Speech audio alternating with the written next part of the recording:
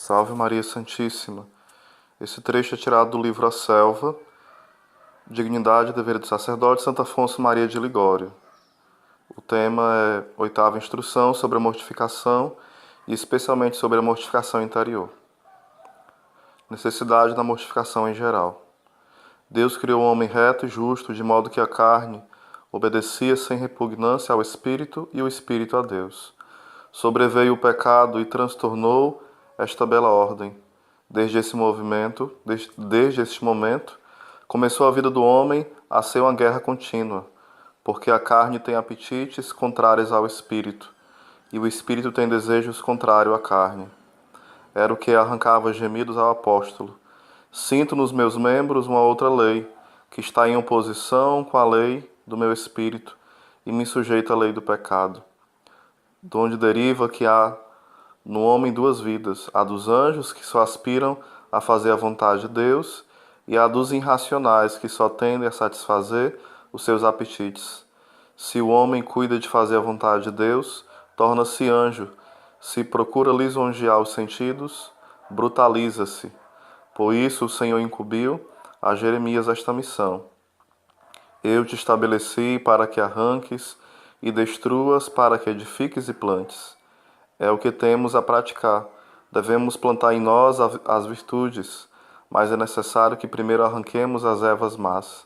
Para isso precisamos de ter sempre na mão a foice da mortificação, para cortar os apetites desordenados que as raízes corrompidas da concupiscência sem cessar fazem nascer em nós. Sem isso, a nossa alma se tornará um matagal de vícios.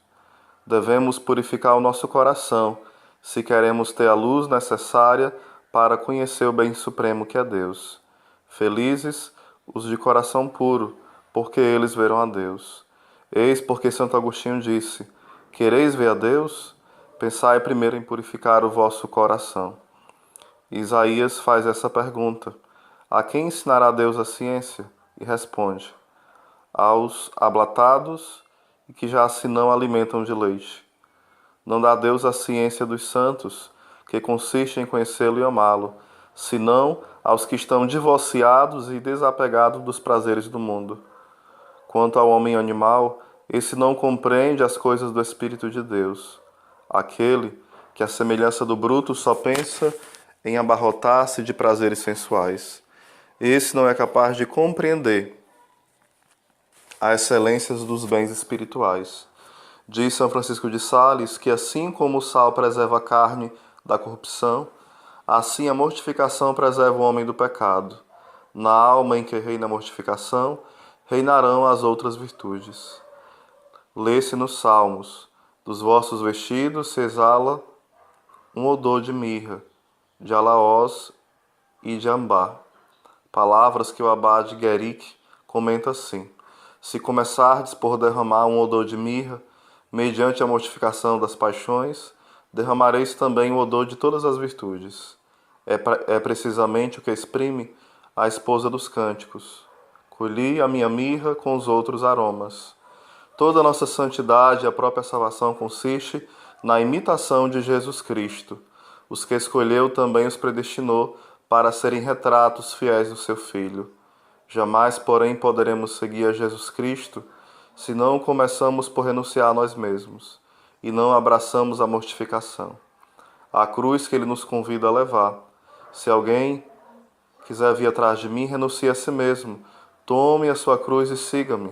A vida do nosso Redentor foi toda cheia de dores, sofrimentos e humilhações. É o que dele diz Isaías: um homem desprezado, o último dos homens, um homem de dores. A semelhança de uma mãe que aleita o seu filho doente e, para o curar, toma remédio amargos.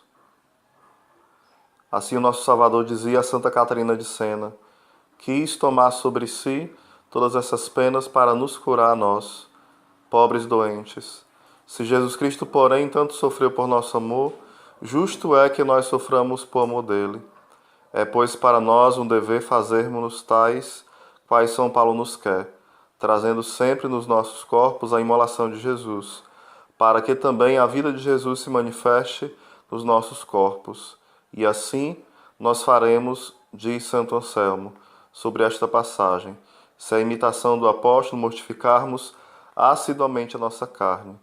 Este dever particularmente nos incumbe a nós padres, que de contínuo celebramos os mistérios da paixão de nosso Senhor. É a reflexão de Hugo de São Vítor. Os meios principais para adquirir a santidade são a oração e a mortificação, representada nas Sagradas Escrituras pelo incenso e a mirra. Quem é aquela que sobe do deserto com uma coluna de fumo odorífero de mirra e incenso? O texto ajunta: e de todos os polvilhos aromáticos, o que significa que a oração e a mortificação conduzem a todas as virtudes. Ambas, portanto, são necessárias para santificar uma alma, mas a mortificação deve preceder a oração. O Senhor primeiro convida as almas a segui-lo ao Monte da Mirra, depois à Colina do Incenso.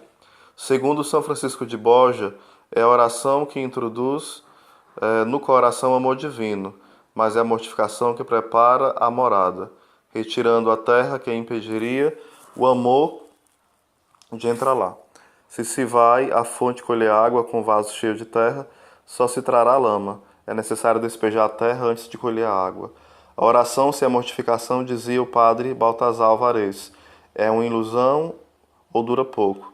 E segundo Santo Inácio de Loyola, uma alma mortificada une-se mais a Deus num quarto de hora de oração do que em outras muitas horas, comparado àquele que não se mortifica. Por isso mesmo, tendo ele ouvido louvar uma pessoa como muito adiantada em oração, disse: é um sinal de que há de ser de uma grande mortificação.